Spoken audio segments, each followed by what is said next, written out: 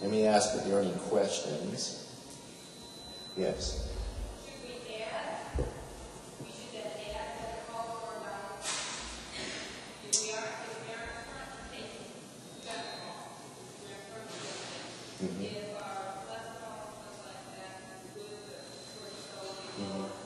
Right. You could. The answer, the question was, should you add Benecol to your diet? And the answer is yes, up to a limit of 3 pats per day or less. That would be the limit. There's a product in the drugstores called cholesterol or something like that. And that's plant stanol in a pill form. And that would do the same thing if you wanted to buy it in a pill form or a food product. But yes, you could add Benecol to your diet. But more Benecol is better. Did you say is more Benecol better? But more Benecol is not better. Right, more is not better up to the limit of 3 pats per day.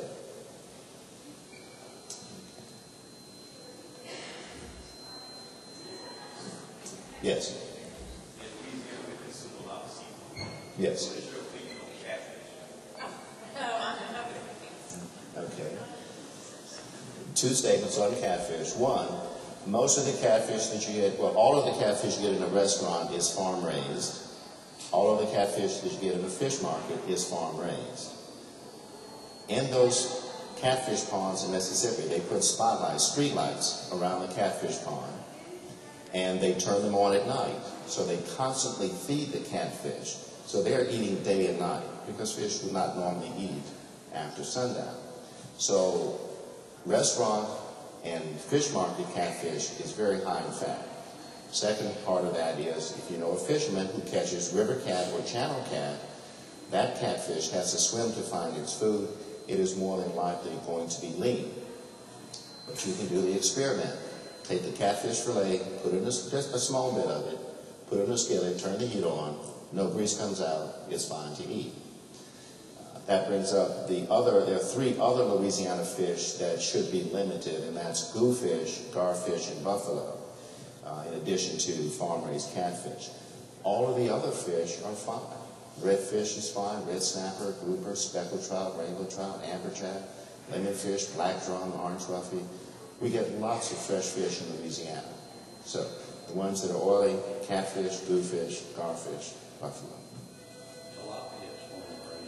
Tilapia is farm raised, but they don't overfeed them the way they do the catfish. So that was the key point, was those spotlights in that catfish pond, and it's just an industry issue.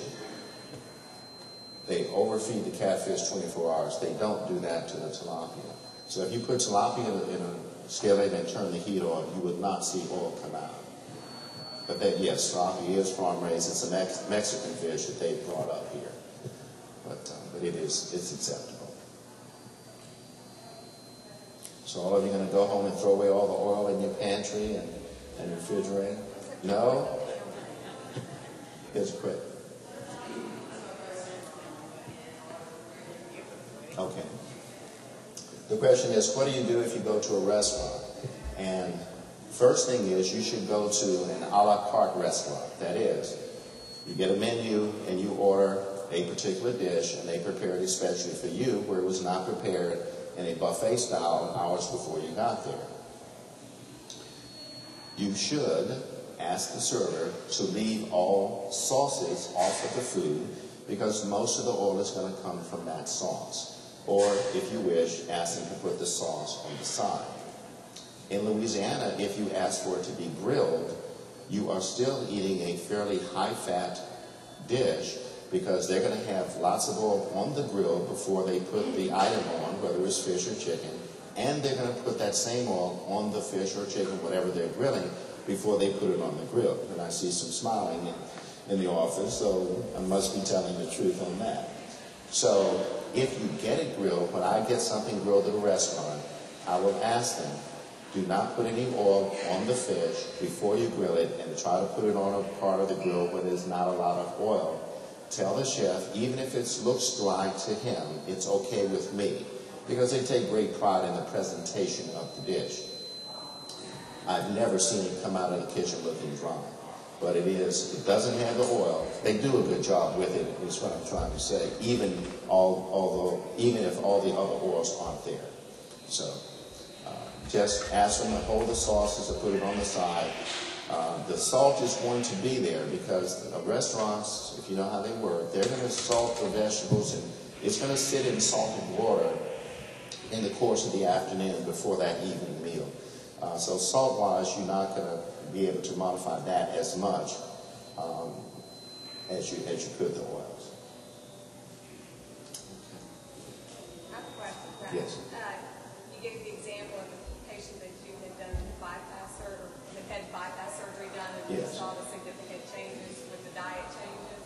So you're saying that with diet changes, you can almost, it's actually treatment almost, you can reverse some of that?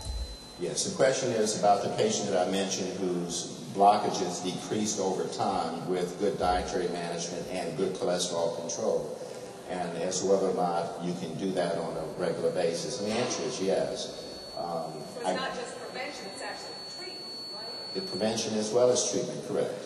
And so if, say, that patient that I mentioned, if I had seen him 4 years before I saw him when we did his bypass, and we started the same low-fat, fat-free program and anti-cholesterol treatment, he probably would not have needed to have bypass.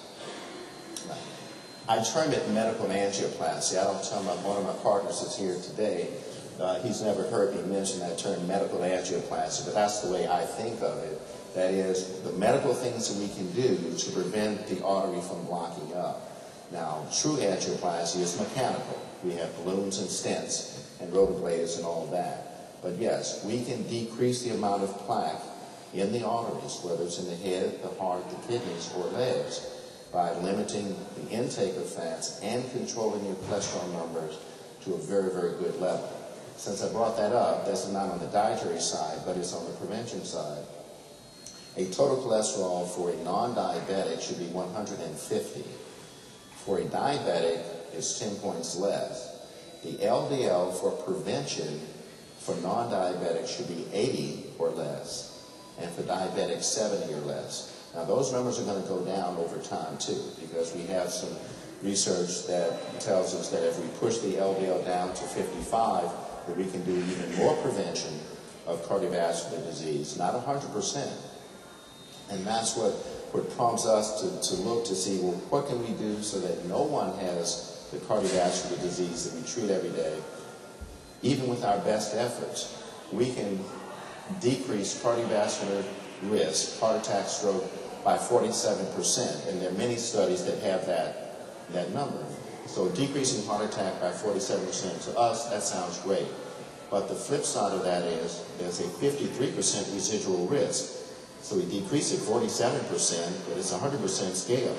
53% of people still have the events. So that's what keeps us going every day to say, what can we do to get all of that number down? Have a 98% reduction of cardiovascular disease or stroke.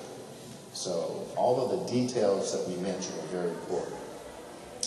So the last thing I'm going to ask you to do is to get a big hat, drop your car keys in a big box, put your home address there, and I'm going to take your car keys, go to your house, and I'll throw away all the oils for you. And then I'll come back and give you your keys. And then I've done a lot of prevention of cardiovascular disease. There was another question. Caffeine. The question is about caffeine and cardiovascular risk. Caffeine is actually a xanthine-type chemical. Xanthines we use to treat asthma, to open up the breathing tubes. So from a global perspective, caffeine is not harmful. It does help the body. On the cardiovascular side, it may, because it is a stimulant, increase your heart rate.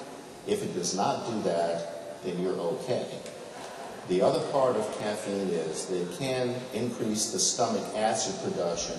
So if you have a risk of gastric ulcers or stomach ulcers or acid reflux, you may want to limit your caffeine for that reason. So it could be a fast heart rate if you don't have that. It will help you breathing if you have a little tendency to asthma, but it may exacerbate your acid reflux.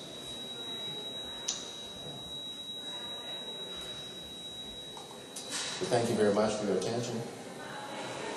Leave your car keys at the door.